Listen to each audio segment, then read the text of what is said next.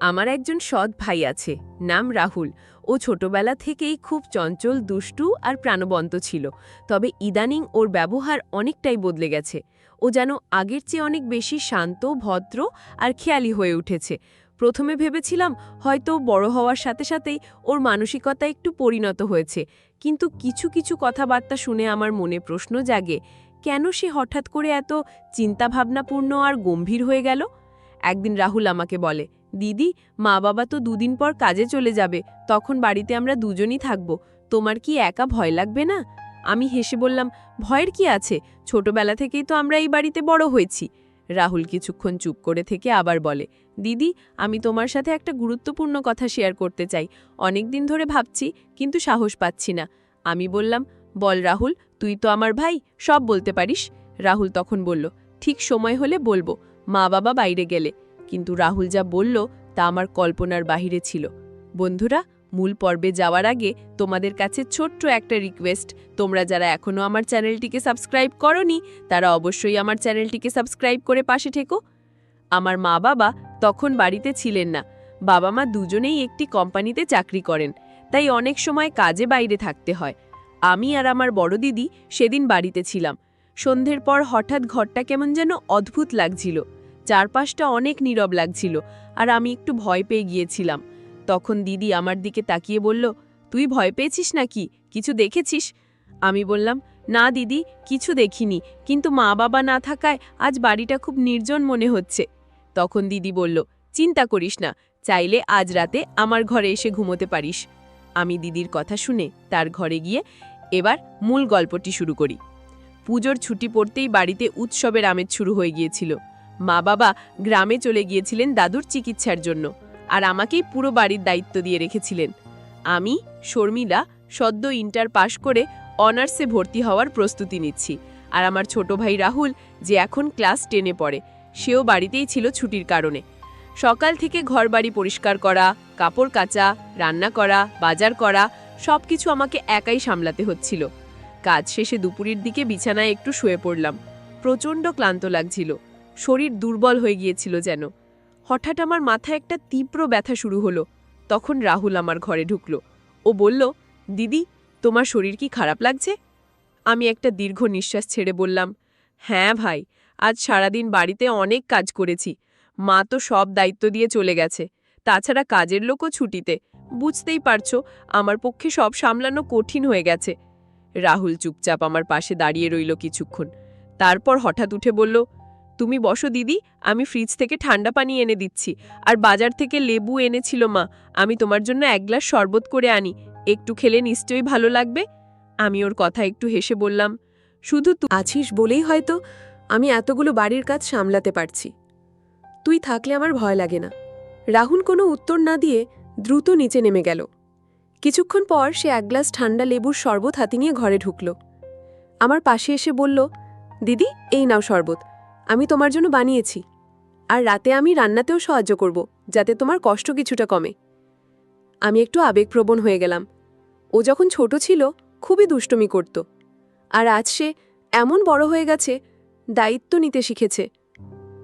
আমি ছোট ভাইকে বললাম, ভাই, তুই সত্যি আমার জন্য আশীর্বাদ। দুনিয়ায় এমন ভাই খুব কম আছে। রাহুল একটু লজ্জা পেয়ে বলল, আর দিদি, তুমি জানো তুমিও অনেক ভালো। আমি হেসে বললাম, ভালো কিনা জানি না, তবে তুই অনেক ভালো। তারপর আমি কিছুক্ষণ চোখ বন্ধ করে শুয়ে পড়লাম। বুঝতেই পারিনি কখন ঘুমিয়ে পড়েছি। গভীর ঘুমে চলে গিয়েছিলাম। রাত প্রায় 12টার দিকে আমার ঘুম ভাঙে। মায়ের ফোন কলে জেগে উঠলাম। মা জিজ্ঞেস করল, শর্মিলা, তোমরা ঠিক আছো তো, খেয়েছ? আমি বললাম, মা, আজ বাড়িতে অনেক কাজ করেছি, একটু ঘুমিয়ে গিয়েছিলাম, এখনো খাওয়া হয়নি। মা বলল, বাবা বলছিল অফিস শেষ করে শহরে ফিরবে, আসবে, সে এসে গেলেই একটু বিশ্রাম নিও, আর রাহুল যেন তোমায় বাড়ির কাজে সাহায্য করে।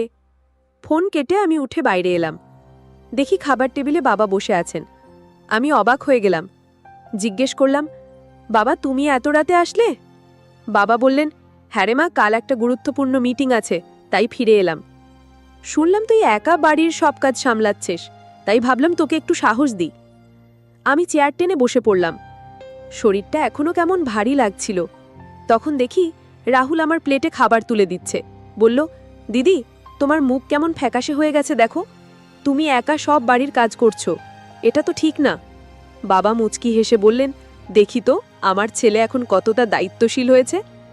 মা ফোনে সব শুনে খুব খুশি খুশি ছিল। বলল, রাহুল যেন এইভাবেই বড় হয়, মানুষের প্রতি ভালোবাসা আর দায়িত্ববোধ থাকলেই মানুষ মানুষ হয়। রাতটা কাটল অনেক শান্তিতে। রাহুল বলল, দিদি, আজ পাশের ঘরে থাকব, মা নেই তো একটু ভয় লাগছে, তাছাড়া যদি তোমার কোনো দরকার হয় আমাকে ডেকো। আমি বললাম, ভয় পাস? তুই তো রাতে বন্ধুদের সাথে বাড়িতে থাকিস, তখন ভয় করে না? রাহুল একটু হেসে বলল, ওটা আলাদা ব্যাপার, আজ মা নেই তাই মনটা খারাপ, তোমার আশেপাশে থাকলে ভালো লাগে। আমি বুঝলাম ওর কথার মধ্যে শুধু ভাই বোনের মায়া আছে। একটা সময় ছিল যখন আমি ওকে ঘুম পাড়াতাম ছোটবেলায়, এখন ও বড় হয়েছে, কিন্তু কিছু স্মৃতি মুছে যায় না। আমি বললাম, আচ্ছা আয়, কিন্তু তুই ঘুমা পাশের ঘরে, আমি খুব ক্লান্ত, ঠিক আছে? রাহুল পাশের ঘরে বিছানা করে শুয়ে পড়ল।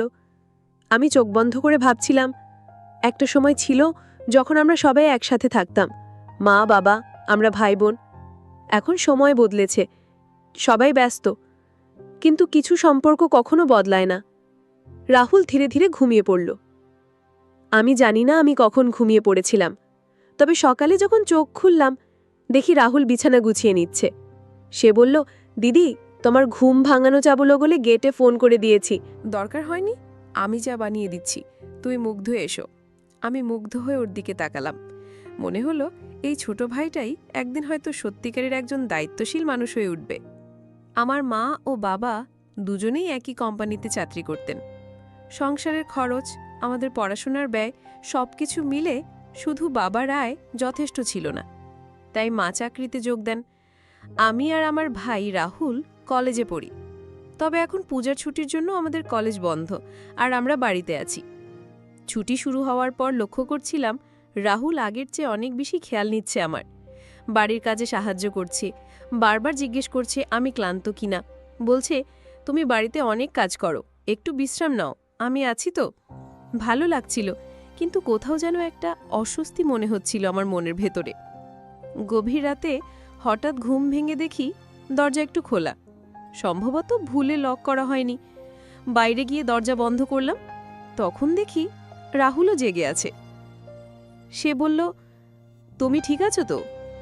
যদি কিছু লাগে বলো, আমি জেগে আছি। তারপর উঠে গিয়ে দরজা বন্ধ করে আবার শুয়ে পড়লাম, কিন্তু ঘুম আসছিল না। মনে হচ্ছিল কেউ যেন আমার ঘরের আশেপাশে নিঃশব্দে হাঁটছে। ভয় লাগছিল। অবশেষে লাইট জ্বালিয়ে বাইরে তাকালাম, কেউ নেই। তৃষ্ণা পেয়েছিল, তাই রান্নাঘরে গিয়ে পানি আনতে বের হলাম। হঠাৎ দেখি রাহুলও তার ঘর থেকে বের হলো। আমাকে দেখে বলল, তুমি এখনো জেগে আছো? কি হয়েছে? আমি বললাম, কিছু না, ঘুম আসছিল না, একটু অদ্ভুত লাগছিল ঘরে। সে বলল, ভয় পেয়েছো নাকি? আমি তোমার ঘরের পাশে বসে থাকি কিছুক্ষণ, যদি তোমার ভয় লাগে। আমি বললাম, না, ঠিক আছি। যদিও সে অনেকটা জোর করেই বলল, না, আমি তোমার ঘরের আশেপাশে থাকলে তুমি নির্ভয়ে থাকবে। শেষমেশ সে একটা চেয়ারে বসে রইল। আমিও ঘুমিয়ে পড়লাম।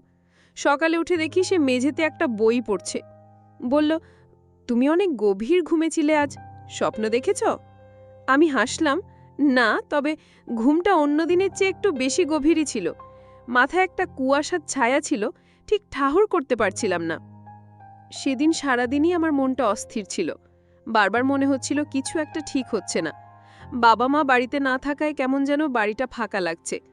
রাহুল দেখলাম উঠোনে দাঁড়িয়ে আছে। আমাকে দেখে বলল, দিদি, তোমার রান্নার কাজে কি আমার সাহায্য লাগবে? তবে কিছু কথাবার্তা একটু অদ্ভুত লাগছিল। একদিন রাহুল বলল, দিদি, জানো, মাঝে মাঝে মনে হয় এই বাড়িতে কিছু একটা আছে। গত কয়েক রাতে আমারও ঘুমের মধ্যে আমিও স্বপ্ন দেখছিলাম। জানি না ভুল নাকি আসলে কিছু ছিল। আমি অবাক হলাম, তুইও স্বপ্ন দেখছিস? সেই রাতে আবার আমি অদ্ভুত স্বপ্ন দেখলাম।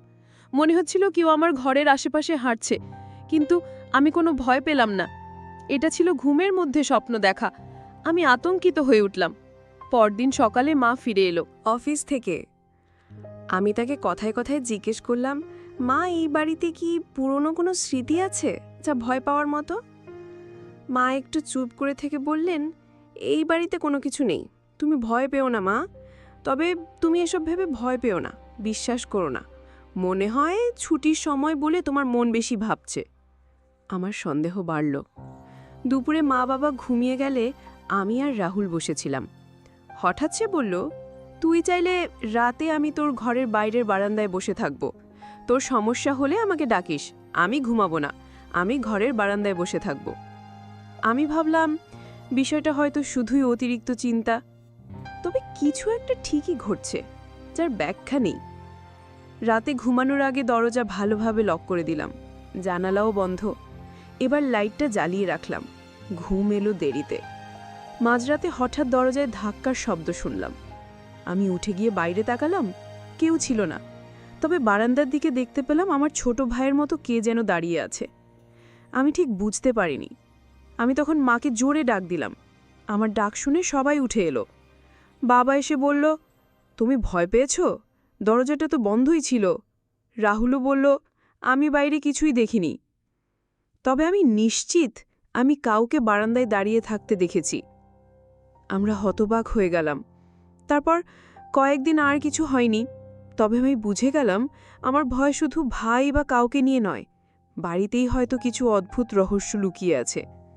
রাহুল পরবর্তীতে একদিন এসে বলল, দিদি, তোকে নিয়ে আমি খুব চিন্তায় ছিলাম, কিন্তু এখন বুঝতে পারছি হয়তো এ বাড়ির ছায়াগুলোই আমাদের মনকে বিভ্রান্ত করছে। আমি চুপ করেছিলাম।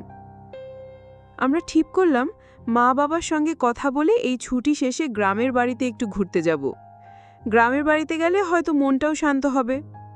যাই হোক, আমি রাহুলকে বললাম, লোকদের মুখে শুনেছি দাদারা যখন বিয়ে করে ফেলে তখন দিদিরা পর হয়ে যায়। এই কথা শুনে রাহুল হেসে বলল, ভাই, দিদির সম্পর্ক সারা জীবন থাকবে। তোমার মতো দিদি পেয়ে আমি ভাগ্যবান, কারণ দিদিরা মায়ের মতোই হয়। রাহুল আমাকে সব সময় নাম ধরে ডাকত। একদিন বলল, আমি লক্ষ্য করছি তোমার মনটা সব সময় ভালো থাকে। আমি হেসে বললাম, সেটা হয়তো অভ্যাস হয়ে গেছে। সেদিন সন্ধ্যায় ও বলল, আজ তোমার ঘরে গল্প করব, ছোটবেলার মতো। আমি বললাম, আয়, অনেকদিন একসাথে গল্প করা হয় না। কিছুক্ষণ গল্প করার পর ও নিজের ঘরে চলে গেল। পরদিন সকালে ঘুম ভাঙতেই একটু ক্লান্ত লাগছিল। মনে হচ্ছিল ঘুমটা ভালো হয়নি, সম্ভবত গরমের কারণে। ঘরের পাখা বন্ধ ছিল, বিদ্যুৎ থাকলেও কী কারণে যেন চলেনি। আমি উঠে বাথরুমে গেলাম। ফ্রেশ হয়ে নাস্তা বানাতে রান্নাঘরে ঢুকলাম, তখন হঠাৎ শুনলাম রাহুল কারো সঙ্গে নিচু গলায় কথা বলছে। বাড়িতে আমরা ছাড়া কেউ ছিল না, তাই অবাক হলাম। আমি রান্নাঘরের পাশে দাঁড়িয়েছিলাম, তখন রাহুল বৈঠকখানা থেকে বের হলো। তার হাতে কিছু টাকা ছিল। সে হাসছিল। আমাকে দেখে একটু চমকে গেল। আমি জিজ্ঞেস করলাম, এই টাকাগুলো কোথা থেকে পেলি? সে বলল, বাবার এক পুরনো বন্ধু অনেকদিন আগে কিছু টাকা ধার নিয়েছিলেন, সেটা ফেরত দিয়েছেন। ভাবছিলাম টাকাটা দিয়ে নতুন একটা মোবাইল কিনব। আমি বললাম, তুই যদি বাবাকে জানিয়ে মোবাইল কিনিস তাহলে ভালো হয়, তাহলে সবার ভালো হয়। এখনই মোবাইল কেনার দরকার নেই, ঘরের অবস্থা তো দেখছিস।